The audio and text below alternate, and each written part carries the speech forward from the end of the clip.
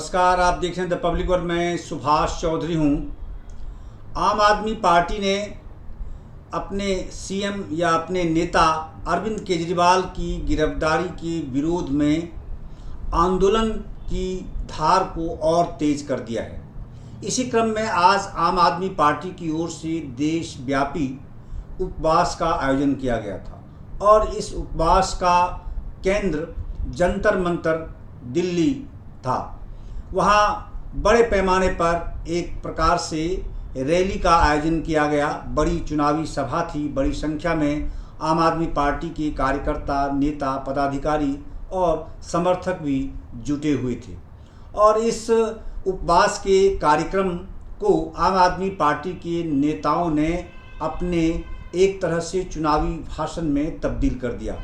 आज आम आदमी पार्टी के नेता संजय सिंह, जो राज्यसभा सांसद भी हैं और हाल ही में वो जेल से बाहर आए हैं सुप्रीम कोर्ट के निर्णय के बाद, उन्होंने तेज धार वाला भाषण दिया।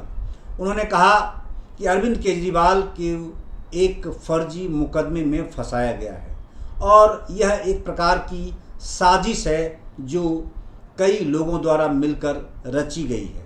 उन्होंने कहा कि 456 गवाह हैं इस मामले में जो सीबीआई और ईडी ने जुटाए हैं। इसके साथ साथ 50,000 पेजेस की चार्जशीट तैयार की गई है जिसमें अरविंद केजरीवाल का नाम केवल और केवल 4 गवाहों ने लिया है और वो गवाह भी दबाव में अपना बयान बदलने वाले हैं, ऐसा संजय सिंह का कहना था।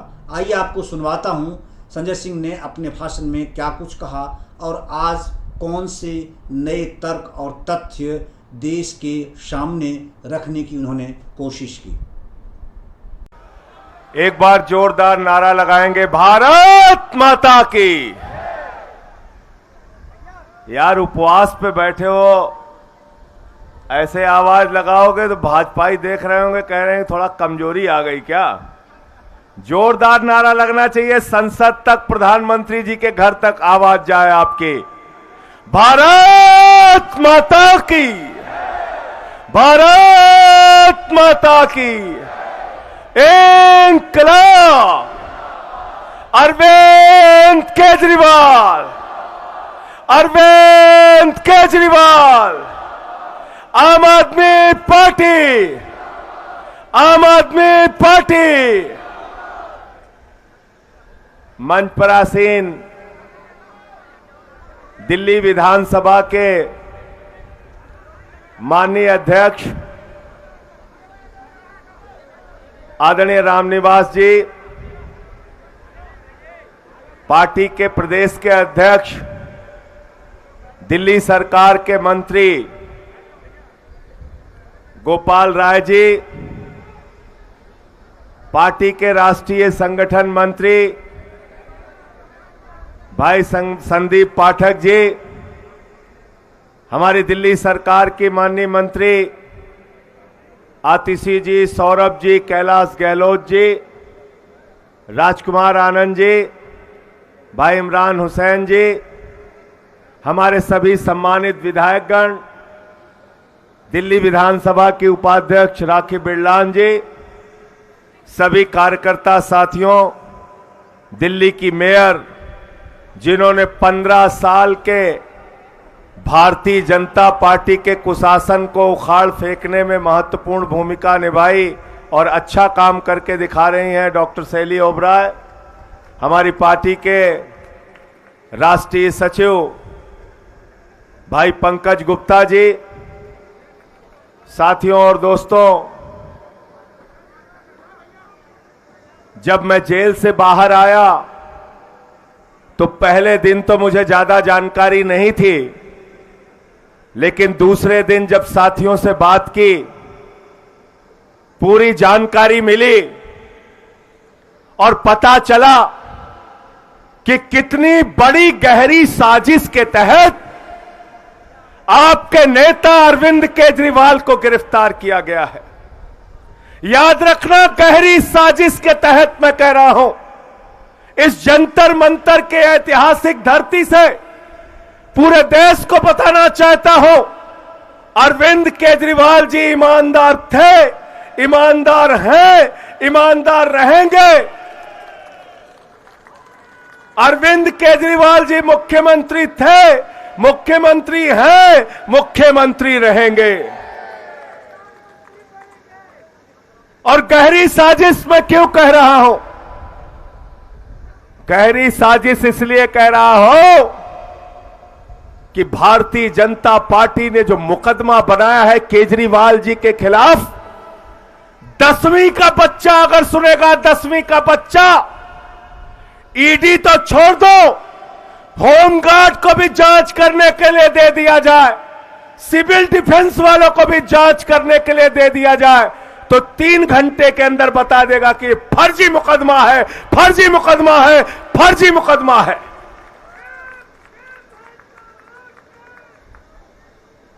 जरा ध्यान से सुनना और कार्यकर्ता साथियों, इसको घर घर में पहुंचाओ।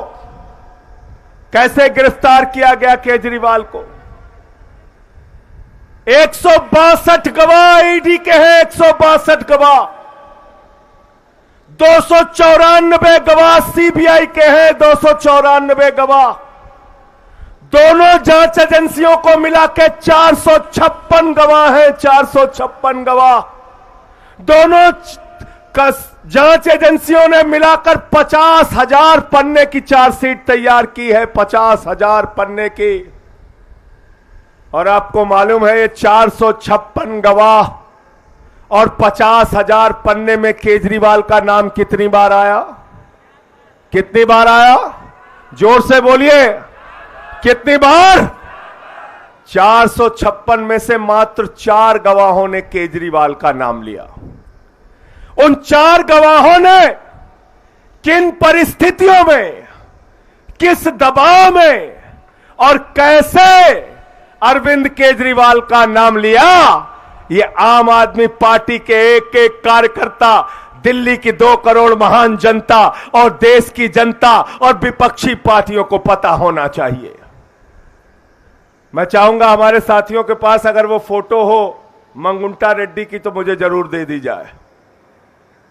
साथियों और दोस्तों, एक व्यक्ति है मंगुंटा रेड्डी, दूसरा व्यक्ति है उसका बेटा राघव रेड्डी, तीसरा व्यक्ति है शरद रेड्डी, चौथा व्यक्ति है सी अरविंद। इन 4 लोगों ने नाम लिया। बात करते हैं मंगुंटा रेड्डी की। मंगुंटा रेड्डी के घर 16 सितंबर 2022 को ईडी छापेमारी करती है। कहते केजरीवाल से क्या मिले थे आप? उसने कहा हां मिले थे। क्यों मिले थे? अपने चैरिटेबल ट्रस्ट के लिए जमीन चाहिए थी। उसके बयान लिए गए। 10 फरवरी तक उसने कुछ नहीं कहा, तो उसके बेटे को 10 फरवरी 2023 को गिरफ्तार करके भाजपाइयों की ईडी ने जेल में डाल दिया।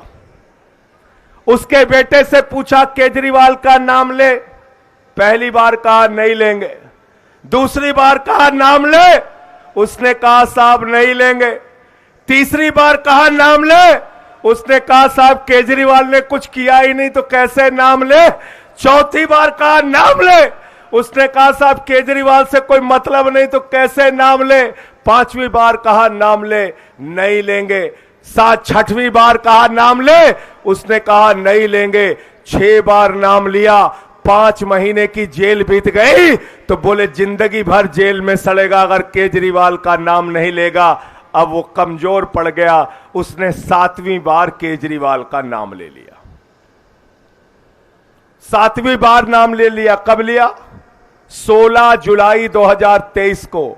16 जुलाई 2023 को जैसे ही उसने नाम लिया अरविंद केजरीवाल को, 18 जुलाई 2023 को ईडी वालों ने कहा बेटा अब कोई दिक्कत नहीं, जमानत पे छूटो, घर जाओ।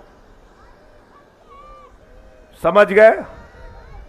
समझ गए मुकदमा? समझ गए मुकदमा?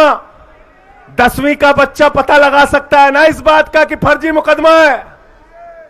16 जुलाई को जैसे ही नाम लिया, 18 जुलाई को उसकी जमानत हो जाती है। 10 बयान बाप बेटे ने दिया। मंगुट्टा रेड्डी और राघव रेड्डी ने 10 बयान दिया। 10 बयान में बाप बेटे के अंतिम 2 बयानों को ईडी वालों ने कहा यह सही है, कोर्ट के सामने रख दिया। 8 बयानों को छिपा के रख लिया, बोले अनरिलाइड डॉक्यूमेंट है, जिसमें केजरीवाल के ईमानदारी का सबूत है। वो कागज ईडी छुपाती है। भारतीय जनता पार्टी की गहरी साजिश ये है साथियों। हमारे वकील गए न्यायालय के सामने, उन्होंने कहा हुजूर माई बाप, हम आरोपी जरूर हैं लेकिन हमारे कागज छिपाए क्यों जा रहे हैं, हमें दिखाइए तो। कोर्ट ने कहा भाई आरोपी का अधिकार है, सारे साक्ष्य उनको दिखाओ।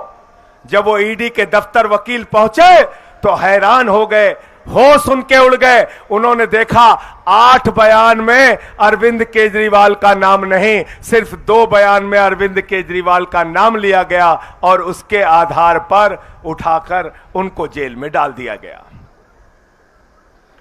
तीसरा व्यक्ति है शरद रेड्डी। इसकी कहानी बड़ी मजेदार है, ध्यान से सुनना। शरद रेड्डी को ईडी ने कहा यह मुख्य घोटालेबाज है, किंग पिन है ये। 9 नवंबर 2022 को उसके घर में छापा पड़ा। 10 नवंबर 2022 को उसको गिरफ्तार कर लिया गया। 10 नवंबर 2022 से लेकर 25 अप्रैल 2023 तक 1-2 नहीं 12 बयान उसके लिए गए। 12 बयान। 10 बयान में उसमें अरविंद केजरीवाल का नाम नहीं लिया। अंतिम के 2 बयान में जब उसने केजरीवाल का नाम लिया तो ईडी वालों ने कहा बेटा अब तुम्हारी जमानत करा देंगे। उसने कहा कैसे होगी, बोले कह देना अदालत में कमर दर्द हो रही है, जमानत हो जाएगी। मनीष सिसोदिया जी की पत्नी पिछले 20 साल से एक बीमारी से ग्रसित है।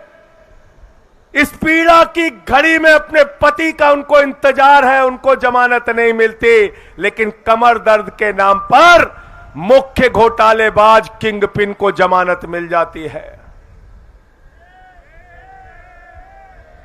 एक ईमानदार आदमी जिसकी बेगुनाही के सबूत चिल्ला चिल्ला कर बोल रहे हैं, उसकी जमानत का विरोध करने के लिए ईडी एड़ी चोटी लगा देती है अरविंद केजरीवाल की जमानत का विरोध करने के लिए, लेकिन शरद रेड्डी को कमर दर्द के नाम पे जमानत मिल जाती है। और वह शरद रेड्डी कौन है? 10 नवंबर को गिरफ्तार हुआ, 15 नवंबर को भाजपाइयों को नजराना पेशगी पहुंचा दी उसने। कितने की? कितने की? कितने की? पीछे तक बोलिए जिससे याद रहे, मीडिया वाले भी सुने। कितने की पेशगी पहुंची? जोर से बोलो, मीडिया वाले नहीं सुन रहे। 5 करोड़।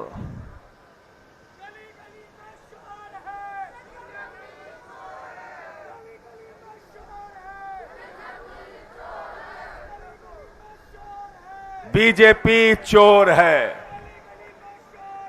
बीजेपी चोर है। बैठ जाओ।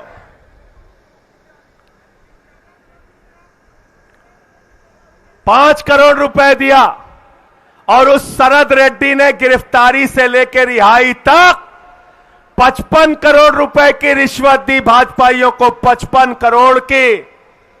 ईडी वाले कह रहे हैं शराब घोटाला, शराब घोटाला, शराब घोटाला। सीबीआई वाले कह रहे हैं शराब घोटाला, शराब घोटाला, शराब घोटाला। इनकम टैक्स वाले कह रहे हैं शराब घोटाला, शराब घोटाला, शराब घोटाला। अरे शराब घोटाला तो खुल गया, तुम्हारे माई बाप भारतीय जनता पार्टी वालों ने शराब घोटाला किया है। किया है कि नहीं किया बताओ? किया है कि नहीं किया? किया है ना शराब घोटाला? शराब घोटाला किया है भारतीय जनता पार्टी वालों ने। मैं इस मंच से कहना चाहता हूं एलजी साहब से, एलजी साहब, अगर आपको अपने पद की जरा सी भी नैतिकता है, भारत के संविधान में जरा सा भी भरोसा है तो आज ही चिट्ठी लिखो, सीबीआई की जांच कराओ, ईडी की जांच कराओ, इनकम टैक्स की जांच कराओ, भारतीय जनता पार्टी के नेताओं का कॉलर पकड़ के उनको जेल में डालने का काम करो। शराब घोटाला उन्होंने किया है। गलत तो नहीं कह रहा हूं, गलत तो नहीं कह रहा हूं। आतिशी जी, शराब घोटाला, खुला हुआ शराब घोटाला, भाजपा के नाम का शराब घोटाला, उसमें एलजी साहब चिट्ठी क्यों नहीं लिखते? क्यों नहीं लिखते? मैं अपने सभी मंत्रियों से, विधायकों से अनुरोध करूंगा कि बीजेपी के शराब घोटाले पर जांच के लिए ये 55 करोड़ की मनी ट्रेल जो मिली है, इस पर बीजेपी के नेताओं से पूछताछ की जाए, गिरफ्तारी की जाए। इसकी मांग देश की सरकार से, एलजी से, राष्ट्रपति से हम सबको मिलकर करनी चाहिए। गोपाल भाई, गलत कह रहा हूं? बिल्कुल होनी चाहिए। इनकी गिरफ्तारी करो, जेल में डालो। कहते हैं भाजपाइयों का तो हाल हो गया है, चोरी भी और सीना जोरी भी। भ्रष्टाचार के खिलाफ भाजपाई बोलते हैं, भ्रष्टाचार के खिलाफ भाजपा वाले बोलते हैं। जिन्होंने 15 लाख करोड़ रुपए पूंजीपतियों का माफ कर दिया, वो भाजपा वाले बोलते हैं। जिन्होंने नोटबंदी का घोटाला किया, जिसने हिंडनबर्ग के घोटाले को बचाने का काम किया, जिसने देश की सारी संपत्ति एक आदमी के नाम पर नीलाम कर दिया और देश भर के सारे बड़े भ्रष्टाचारियों को चुन चुन कर, माला पहना के, पैर छूकर भारतीय जनता पार्टी में शामिल कर लिया। ऐसी भ्रष्टाचारी पार्टी भ्रष्टाचार के खिलाफ बोलती है। आजादी के बाद से लेकर आज तक हिंदुस्तान की धरती पर भ्रष्टतम पार्टी अगर कोई है, सबसे भ्रष्ट पार्टी अगर कोई है, तो उस पार्टी का नाम है भारतीय जनता पार्टी। वो पीछे से कह रहे हैं बंगारू जनता पार्टी, याद हो गया। ताली बजाओ इनके लिए। इनको याद हो गया नाम जो मैंने पहले दिन बताया था, बंगारू जनता पार्टी। बंगारू लक्ष्मण राष्ट्रीय अध्यक्ष था बीजेपी का। रक्षा सौदे में रिश्वत लेते हुए कैमरे के सामने पकड़ा गया। 4 साल की सजा हुई थी, सजा हुई थी। और इतने भोला बालक बन जाते हैं भाजपाई, कहते हैं इस्तीफा दो, इस्तीफा दो, इस्तीफा दो। अरे जब एक ईमानदार आदमी अरविंद केजरीवाल, उनके खिलाफ कोई सबूत नहीं, गवाह तुमने जबरदस्ती के बनाए, तो ये इस्तीफा की नौटंकी मत करो। अरविंद केजरीवाल ईमानदार थे, ईमानदार हैं, ईमानदार रहेंगे। अरविंद केजरीवाल वो शख्स है जिन्होंने आईआरएस की नौकरी को लात मारकर देश सेवा का संकल्प लिया। अरविंद केजरीवाल वो शख्स है जिन्होंने 13 दिन तक भ्रष्टाचार विरोधी आंदोलन चलाया। अरविंद केजरीवाल वो शख्स है जिन्होंने दिल्ली की जनता को बिजली के मामले में राहत दिलाने के लिए 1-2 दिन का नहीं, 15 दिन का अनशन रखा। अरविंद केजरीवाल वो व्यक्ति हैं जिन्होंने 10 दिन का अनशन इसी जंतर मंतर पे रखा। अरविंद केजरीवाल वो शख्स है जिन्होंने दिल्ली की जनता के लिए मुफ्त पानी का इंतजाम किया, मुफ्त बिजली का इंतजाम किया, मुफ्त शिक्षा का इंतजाम किया, मुफ्त स्वास्थ्य का इंतजाम किया, मुफ्त बस की यात्रा का इंतजाम किया, बुजुर्गों की तीर्थ यात्रा का इंतजाम किया, महिलाओं के लिए 1000 रुपए की आर्थिक सहायता का इंतजाम किया। अरविंद केजरीवाल का पूरा जीवन दिल्ली और देश वालों के लिए समर्पित है।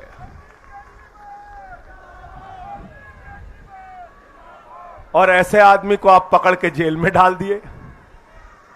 अफसोस होता है, तकलीफ होती है, पीड़ा होती है कि आपने ऐसे शख्स को पकड़ के जेल में डाल दिया।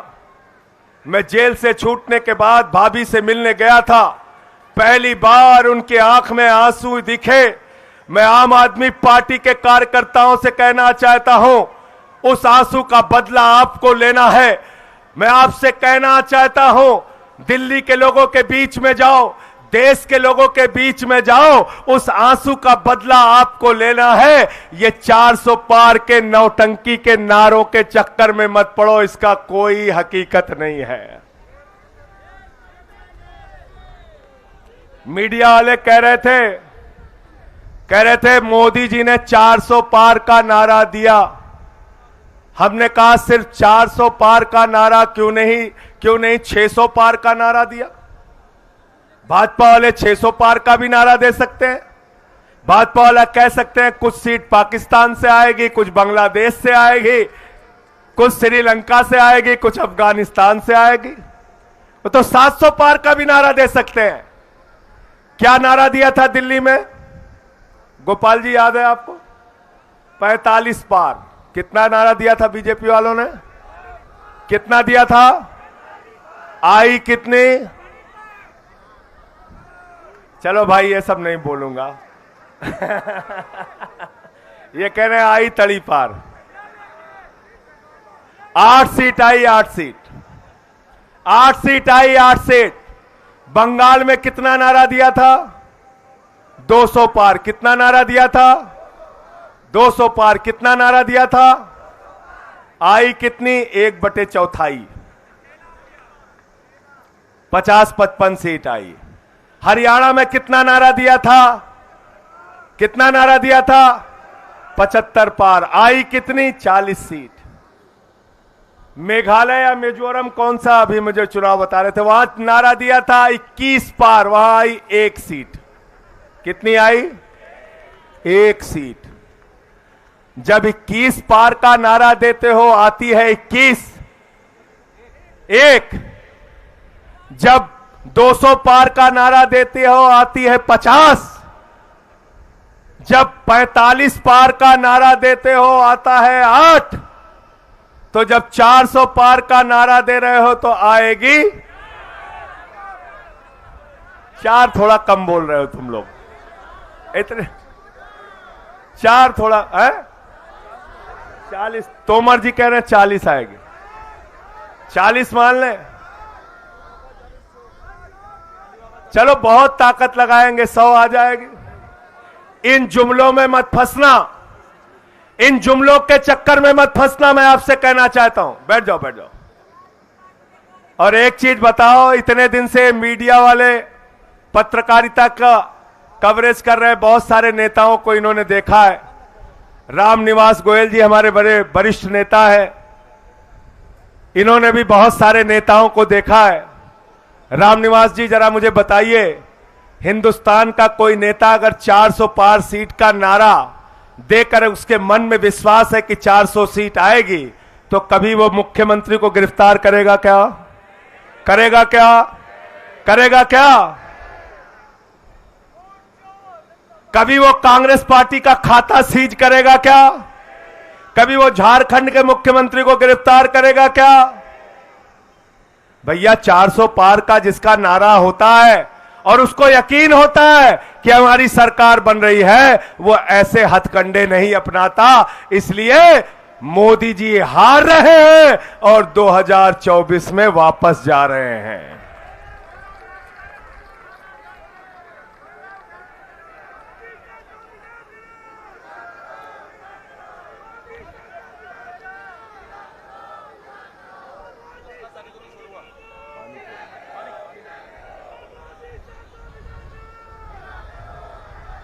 मोदी शाह को विदा करो, अरे मोदी शाह को विदा करो, अरे मोदी शाह को विदा करो, अरे महंगाई को विदा करो, अरे बेरोजगारी को विदा करो, अरे भ्रष्टाचार को विदा करो, अरे तानाशाही को विदा करो, अरे अत्याचार को विदा करो, अरे लूटखोरी को विदा करो, तानाशाही को विदा करो, हिटलर शाही को विदा करो।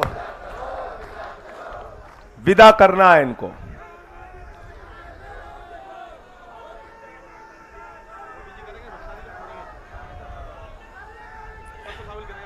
ये तोमर जी याद दिला दिया कुछ इन्होंने। जो जो भूलता जाऊं याद कराते जाइएगा। भाजपा ये कह रहे हैं हम भ्रष्टाचार के खिलाफ लड़ाई लड़ रहे हैं। मोदी जी ने कहा है हमारी गारंटी है, ये मोदी की गारंटी है, एक भी भ्रष्टाचारी को नहीं छोड़ूंगा, इसकी गारंटी है। पूरब से लेके पश्चिम तक, उत्तर से लेके दक्षिण तक, एक एक भ्रष्टाचारी को बीजेपी में शामिल करूंगा, ये मोदी की गारंटी है। क्यों मुकेश गोयल जी, गारंटी है नहीं है?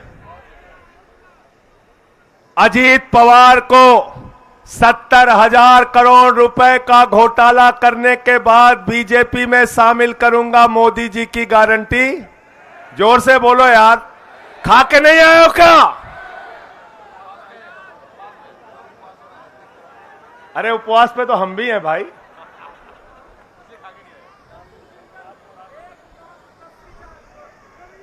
ये 11 बजे से उपवास पे है ना। सवेरे तो नाश्ता किए होंगे, नहीं किए? पूरा उपवास है ना?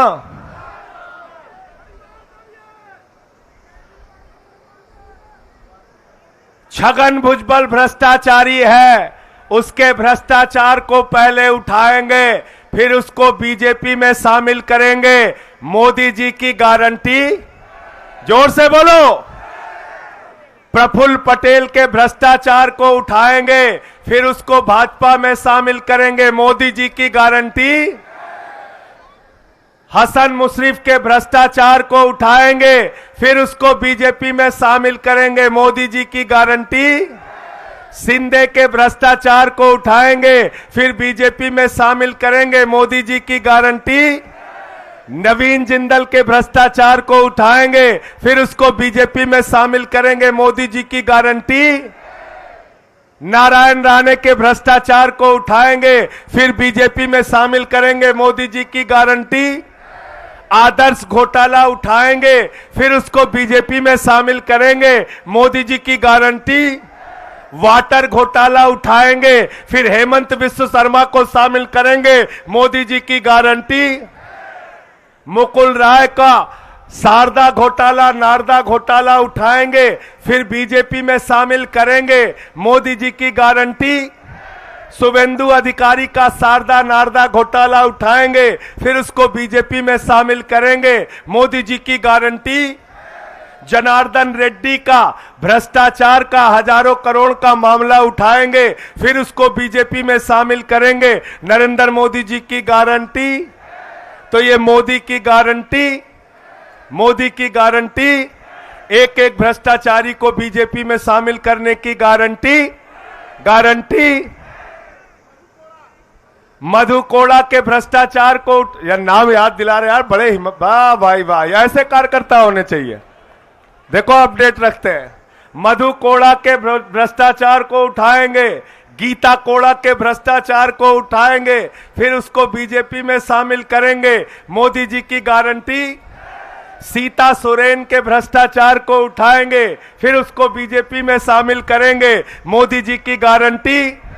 तपस राय के भ्रष्टाचार को उठाएंगे, फिर उसको बीजेपी में शामिल करेंगे, मोदी जी की गारंटी।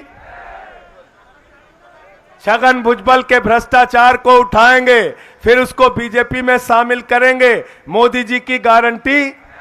अच्छा, छगन भुजबल भूल गया था क्या मैं? इतने भ्रष्टाचारी है, नाम भूल जाता है। प्रफुल्ल पटेल के भ्रष्टाचार को उठाएंगे, फिर उसको बीजेपी में शामिल करेंगे, मोदी जी की गारंटी।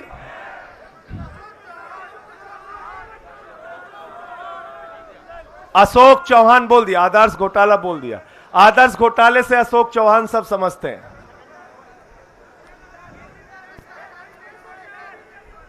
मीडिया वाले मुझसे उस दिन काफी नाराज हो गए थे, बोले संजय सिंह जी आप कभी कभी बड़ा सख्त बोल जाते हैं। मैंने कहा क्या? कहने लगे आपने कह दिया भ्रष्टाचार के खिलाफ भाजपाई बोलते हैं तो लगता है ओसामा बिन लादेन अहिंसा पे उपदेश दे रहा है।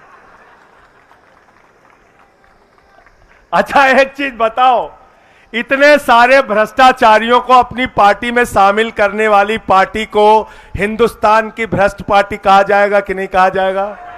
देश की सबसे भ्रष्ट पार्टी कहा जाएगा कि नहीं कहा जाएगा? आजादी के बाद की सबसे भ्रष्ट पार्टी कहा जाएगा कि नहीं कहा जाएगा? तो जब यह पार्टी भ्रष्टाचार के खिलाफ बोलती है तो ऐसा लगता है ओसामा बिन लादेन और डाकू गब्बर सिंह अहिंसा पे उपदेश दे रहे हैं। गलत तो नहीं कहा? गलत तो नहीं कहा? दूसरी बात क्या करते हैं बड़े चालाकी से? संजीव झा को मैं एक दिन सुन रहा था टीवी पे, अच्छा जवाब दिया इसने, बहुत अच्छा जवाब दिया। कहते हैं नैतिकता के आधार पर आप लोगों को तुरंत इस्तीफा दे देना चाहिए। तो हमने कहा नैतिकता के आधार पर पहले हेमंत सोरेन का इस्तीफा ले लेना चाहिए, फिर केजरीवाल का ले लेना चाहिए, फिर भगवंत मान का ले लेना चाहिए, फिर विजयन का ले लेना चाहिए, फिर रेवंत रेड्डी का ले लेना चाहिए, फिर सिद्धारमैया का ले लेना चाहिए, फिर ममता बनर्जी का ले लेना चाहिए। पूरे विपक्ष को खत्म कर देना चाहिए और भाजपा वाले माल लूटे, पूरे देश का बेईमानी करें, भ्रष्टाचार करें, पूरे देश को लूटे। हम तुमको दिल्ली को लूटने नहीं देंगे।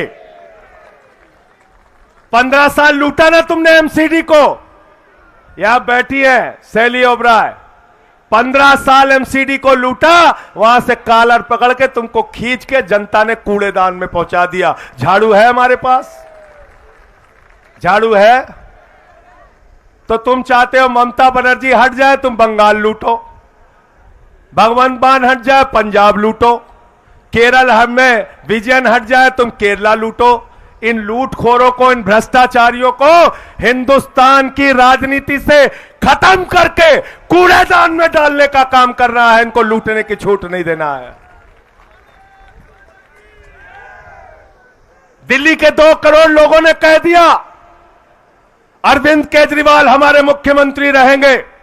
दिल्ली की विधानसभा में बहुमत पास करके कह दिया अरविंद केजरीवाल हमारे मुख्यमंत्री रहेंगे। देश के लोगों ने कह दिया अरविंद केजरीवाल को ही मुख्यमंत्री रहना चाहिए। तो अरविंद केजरीवाल मुख्यमंत्री थे, हैं और रहेंगे। और हमसे मीडिया वाले कह रहे थे विनय सक्सेना जी ने कहा है, एलजी साहब ने कहा है हम जेल से सरकार नहीं चलने देंगे।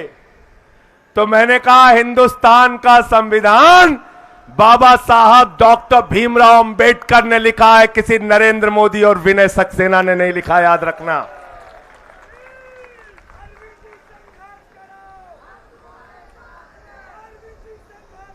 दिखा हमको कहां भारत के संविधान में लिखा है कि झूठे मुकदमे लगा के एक ईमानदार मुख्यमंत्री को अगर तुम जेल में डाल दोगे तो उसको इस्तीफा देना पड़ेगा।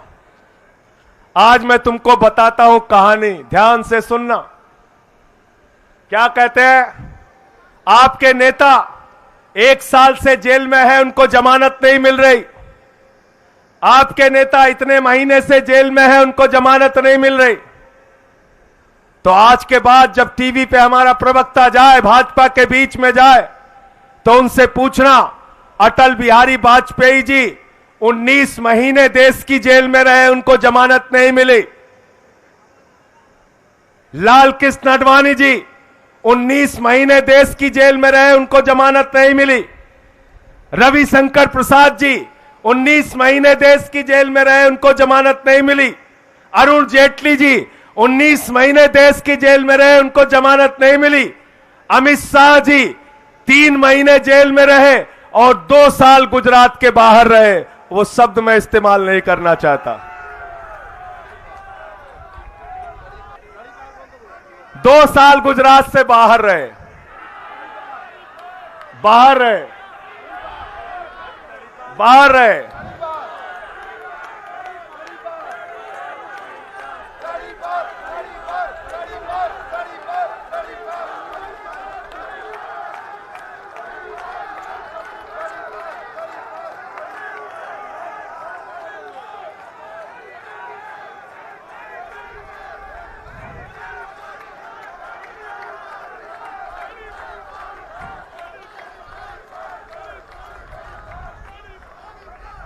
रहे कि नहीं रहे? न्याय कितने साल में मिला उनको? 5 साल के बाद 2015 में जब उनकी सरकार हो गई तब वो बरी हुए। 5 साल तक मुकदमा चला, 2010 से लेकर 2015 तक। अटल बिहारी वाजपेयी, जिनका हम सब सम्मान करते हैं, वो 19 महीने जेल में रहे, देश के प्रधानमंत्री बने। अरुण जेटली जी 19 महीने जेल में रहे, देश के कानून मंत्री और वित्त मंत्री बने। रविशंकर प्रसाद जी 19 महीने जेल में रहे, देश के कानून मंत्री, आईटी मंत्री और बड़े बड़े मंत्री पदों पर रहे। आडवाणी जी देश के जेल में 19 महीने रहे और देश के उप प्रधानमंत्री बने, गृह मंत्री बने। भारत रत्न से उनको नवाजा गया।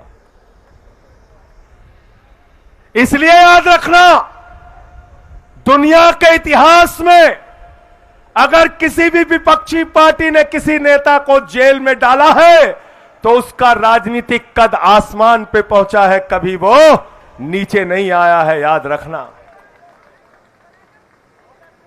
मुकदमा चल रहा है, कानून की जटिलताएं हैं, पीएमएलए के कानून में ऐसी जटिलताएं हैं जिसकी वजह से जमानत मिलने में लेट होते हैं साथियों।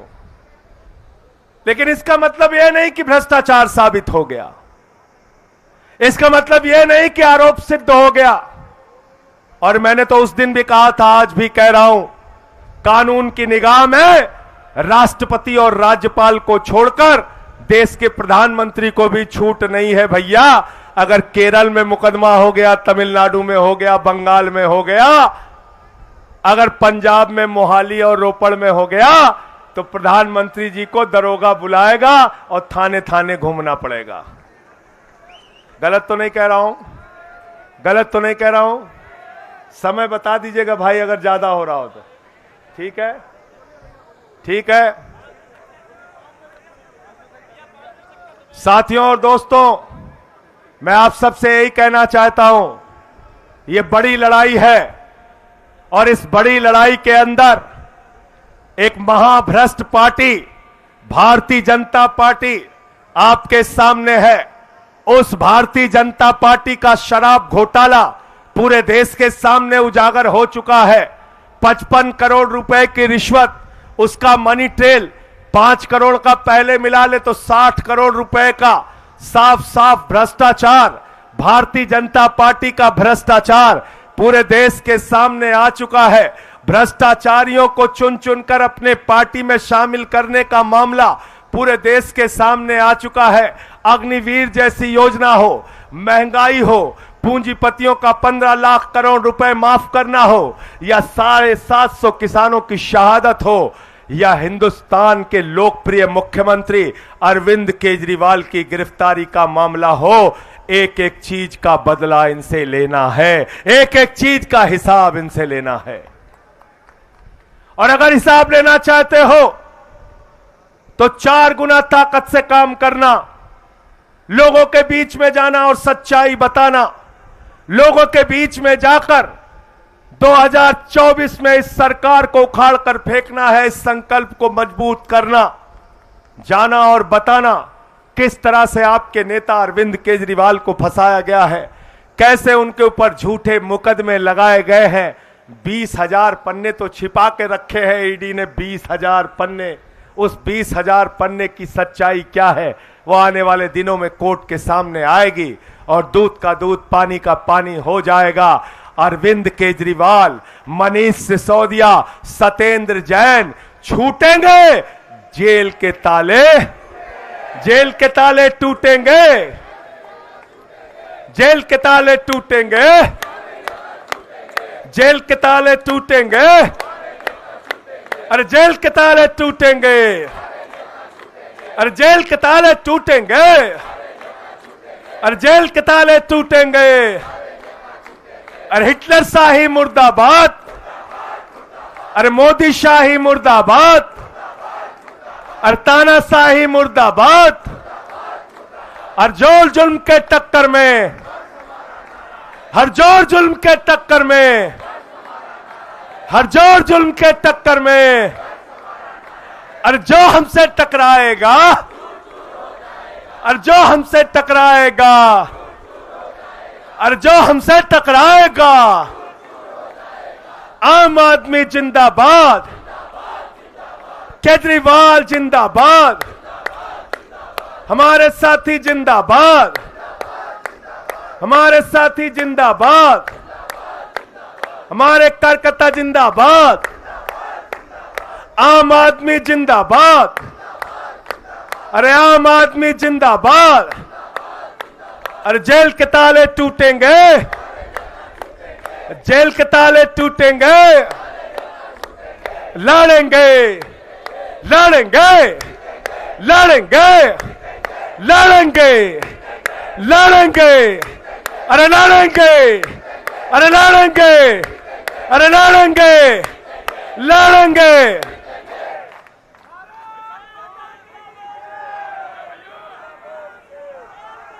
लड़ना है कि नहीं लड़ना है बताओ?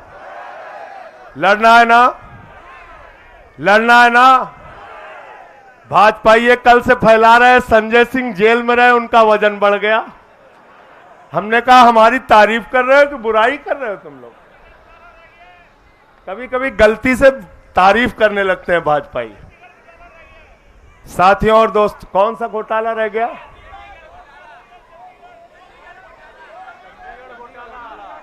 चंडीगढ़ घोटाला रह गया।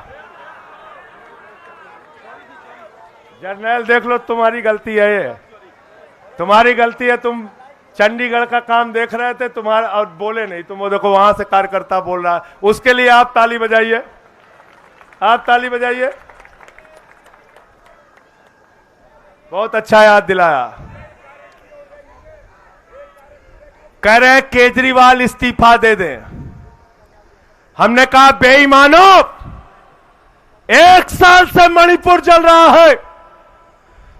कारगिल के योद्धा, भारत माता के लिए लड़ने वाले जवान की पत्नी को निवस्त करके मणिपुर में घुमाया गया। उस कारगिल के योद्धा ने कहा, मैंने भारत माता की तो रक्षा की, अपनी पत्नी की रक्षा नहीं कर पाया। महिलाओं को निवस्त करके घुमाया गया मणिपुर में। दंगे हुए, फसाद हुए, हजारों लोगों की जान गई। मणिपुर को जलाने वाले मुख्यमंत्री को भाजपा के लोग अपने कंधे पर बिठा के माला पहना के घुमाते हैं। केजरीवाल जैसे ईमानदार मुख्यमंत्री से इस्तीफा मांगते हैं। शर्म आनी चाहिए इन बेईमानों को। अजय मिश्रा टेनी, जिसका बेटा 4 किसानों को जीप से कुचल के मार देता है, वो देश का गृह राज्य मंत्री है, वो देश का गृह राज्य मंत्री बना रहता है और केजरीवाल से इस्तीफा मांगते हो। इसी जंतर मंतर पे हमारी पहलवान बेटियों को घसीट घसीट के मारा गया, उनको न्याय नहीं मिलता। उनके लिए प्रधानमंत्री एक शब्द नहीं बोलते, हमसे इस्तीफा मांगते हो। अरे हमने इस देश के लिए अपना खून और पसीना बहाया है। अरविंद केजरीवाल ने अपना खून और पसीना बहाया है। हम इस्तीफा नहीं देंगे, तुमसे लड़ाई लड़ने का काम करेंगे, लड़ाई लड़ने का। तुम ऐसे ही अगर सरकारों को गिराते रहे। धन्यवाद देना चाहूंगा देश के मुख्य न्यायाधीश को। चंडीगढ़ में हम जीत रहे थे, हमें हरा दिया, कैमरे ने पकड़ लिया, चीफ जस्टिस ने अदालत में पकड़ लिया। वोट जो हमारे पक्ष में पड़ा, उसको भाजपा वाला पेन से मिटा रहा था। जब 36 वोट में 25% की बेईमानी कर सकते हो, तो चाहे चुनाव हो, चाहे राजनीति हो, हर मामले में सबसे भ्रष्ट पार्टी का नाम क्या है? यही तुम लोग कमी कर रहे थे। मैं जेल से जब देख रहा था ना, तो यही बताने में थोड़ा थोड़ा कमी रह गई। अब कमी मत करना। अब कमी तो नहीं करोगे? अब सब कुछ बता दिया मैंने, ये सबको बताना। सबसे भ्रष्ट पार्टी का नाम क्या है? बंगारू जनता पार्टी। बंगारू जनता पार्टी। अब चंडीगढ़ याद दिला दिया तो और याद दिला देता हूं। अरुणाचल की सरकार किसने गिराई? भारतीय जनता पार्टी। वो कह रहे हैं बंगारू जनता पार्टी। उत्तराखंड की सरकार किसने गिराई? कर्नाटक की सरकार किसने गिराई? गोवा में जोड़ तोड़ के करे सरकार किसने बनाई? महाराष्ट्र में सरकार किसने गिराई? मध्य प्रदेश में सरकार किसने गिराई?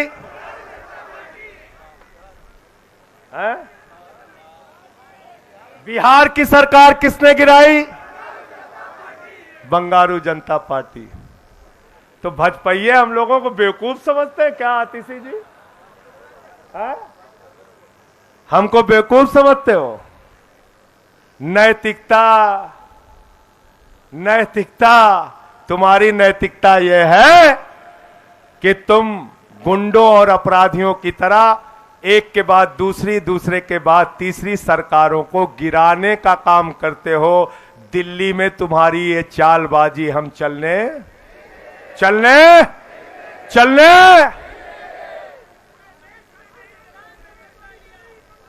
पंजाब में तुम्हारी ये चालबाजी हम चलने, जहां दो सरकारें वहां तो बिल्कुल नहीं चलने देंगे, और पूरे देश में जहां जहां नौटंकी करोगे हम तुम्हारे खिलाफ लड़ेंगे। अंत में एक वादा आपसे लेकर अपनी बात को खत्म करूंगा, और पीछे तक हाथ उठना चाहिए। जहां 23 सीट पर आम आदमी पार्टी चुनाव लड़ रही है, तन मन धन से चुनाव तक दिन रात उन इलाकों में जाकर मेहनत करोगे कि नहीं करोगे? करोगे कि नहीं करोगे? पार्टी को जिताने का काम करोगे कि नहीं करोगे? पूरे देश में जहां जहां इंडिया गठबंधन लड़ रहा है, चाहे वो कांग्रेस पार्टी का हो, समाजवादी पार्टी का हो, जो भी इंडिया गठबंधन की पार्टियां हैं, जहां जहां इंडिया गठबंधन का कैंडिडेट लड़ रहा है, आम आदमी पार्टी का कैंडिडेट नहीं है, वहां भी 4 गुना ज्यादा मेहनत से दिन रात मेहनत करके उन इंडिया गठबंधन के प्रत्याशियों को जिताने का काम करोगे कि नहीं करोगे? पीछे से बोलिए, जोर से, जोर से। इंडिया गठबंधन की सरकार 2024 में बनाना है, और इन बेईमानों को देश की सत्ता से। अंतिम एक बात याद रखना, मैंने वहां भी कहा था, आज भी कह रहा हूं, केजरीवाल जीतेंगे, इंडिया गठबंधन जीतेगा, तो आपके बच्चों को अच्छी शिक्षा मिलेगी, उनके चेहरे पर मुस्कान होगी, अच्छे अस्पताल बनेंगे, स्कूल बनेंगे, माताओं बहनों के लिए राहत मिलेगी। और अगर भाजपा ही जीत गए तो क्या देंगे आपको? क्या देंगे? नीरज याद है क्या देंगे आपको? क्या देंगे? यूपी क्या देंगे? भूल गए, भूल गए आप लोग। बताएं क्या देंगे? चलो बता देते हैं। हमारे 4 लोकसभा के प्रत्याशी भी यहां पे हैं। मैं चाहूंगा पहले उनका परिचय करा दूं। महाबल मिश्रा जी हैं, कुलदीप भाई हैं हमारे, सोमनाथ भारती जी, सोमनाथ भारती जी है, सही राम पहलवान जी, सही राम जी। इन सारे साथियों के लिए ताली बजाइए और इनको जिताने के लिए जुट जाइएगा आज ही से। अगर केजरीवाल जी के सच्चे सिपाही हो तो ये 4 की 4 ये सीट और 3 जो कांग्रेस के खाते में गई है वो 7 की 7 सीटें आम आदमी पार्टी को जीतना है, कांग्रेस को जीतना है, इंडिया गठबंधन को जीतना है दिल्ली में, और जैसा मैंने बताया देश में वैसे ही काम करना है।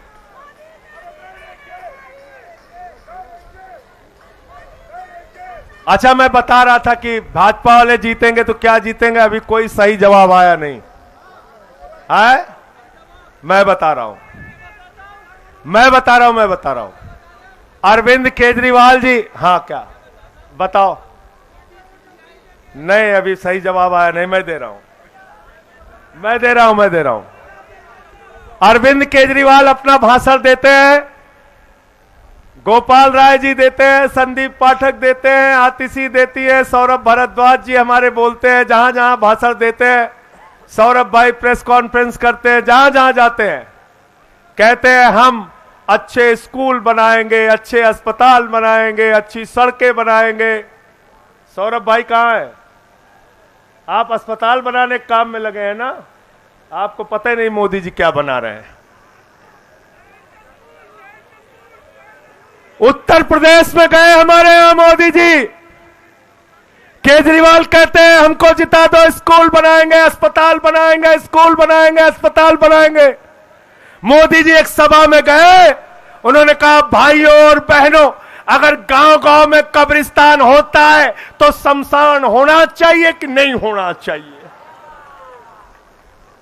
क्या बोले थे? शमशान होना चाहिए कि नहीं होना चाहिए? अरे इतने अब शकुनी लोग हैं ये लोग। उसी के बाद कोरोना की महामारी आ गई, गांव-गांव में शमशान बन गया, गांव-गांव में शमशान बन गया। केजरीवाल को जिताओगे तो स्कूल पाओगे, आम आदमी पार्टी को जिताओगे तो स्कूल पाओगे, हमारे नेताओं को जिताओगे तो स्कूल पाओगे, अस्पताल पाओगे, सड़कें पाओगे, बुजुर्गों की तीर्थ यात्रा पाओगे, महिलाओं को आर्थिक सहायता पाओगे, हमारे पार्टी को जिताओगे तो तरक्की पाओगे, और अगर बीजेपी वालों को जिताओगे तो गांव-गांव में शमशान पाओगे। गलत तो नहीं कह रहा हूं? गलत तो नहीं कह रहा हूं?